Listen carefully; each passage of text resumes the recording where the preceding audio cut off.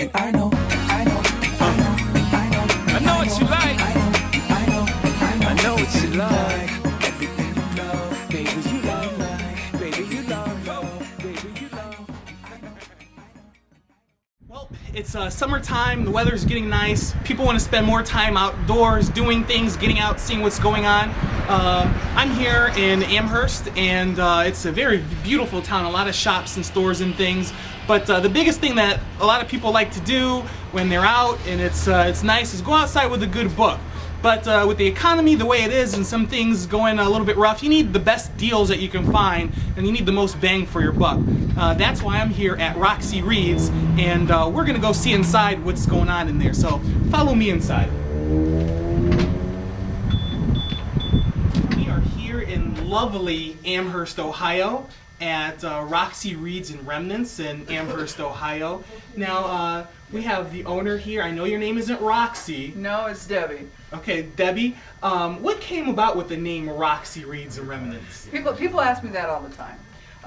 My husband is in the military, and he was in Iraq for a couple years, and he worked with interpreters over there as an MP. And when you work with interpreters for the security reasons, you're not allowed to give out any personal information because they can come back and get your family, whatever. So they are given orders to make stuff up. So I didn't know my husband had this really strange fantasy. He told them that he was born in Reno and that his wife was an ex-Vegas showgirl.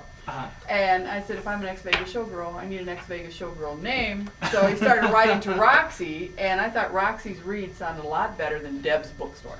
So that's where the nickname came from. Very good. Now, what's the theme with Roxy Reads? What separates this store from other bookstores?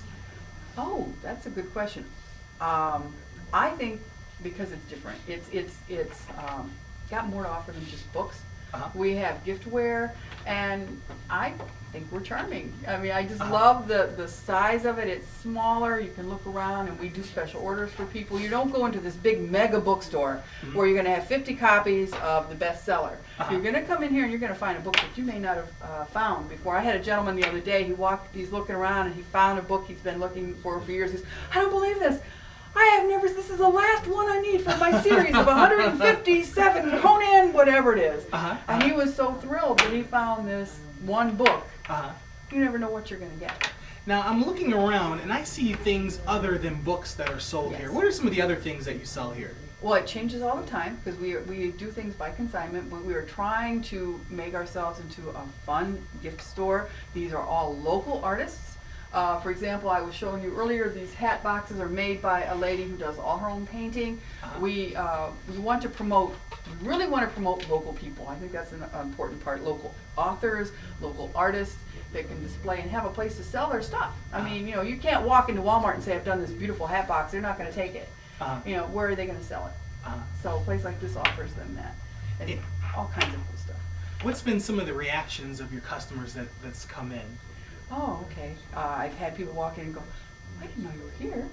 This is really cool. Or I've had someone come in and say, it's very red in here. The rest of the store that you can't see on camera is all red. But I had one lady got all excited because she found an oddball item that she was looking for. And says, I can come here and I don't know what I'm going to find. It's just fun. Coming into the store today, there's a lot of buzz, a lot of activity going on. What's exactly going on today? Oh, today's a little bit different. We have a once-a-month flea market, offering a place for people, again, local people, to sell their wares. Not necessarily just artists, but just to sell their odds and ends. And so we have a back room where they rent tables for very little, and they have a flea market going on. We also have, I'm really excited, we have an author who is a local author, Naomi Chapman, who's written several thriller books and that is here today visiting. We have authors coming at least once or twice a month, and I'm really excited about that. Wow. So if somebody would want to come into the store, find directions, is there a number that they could call or a website or anything that they could get directions to?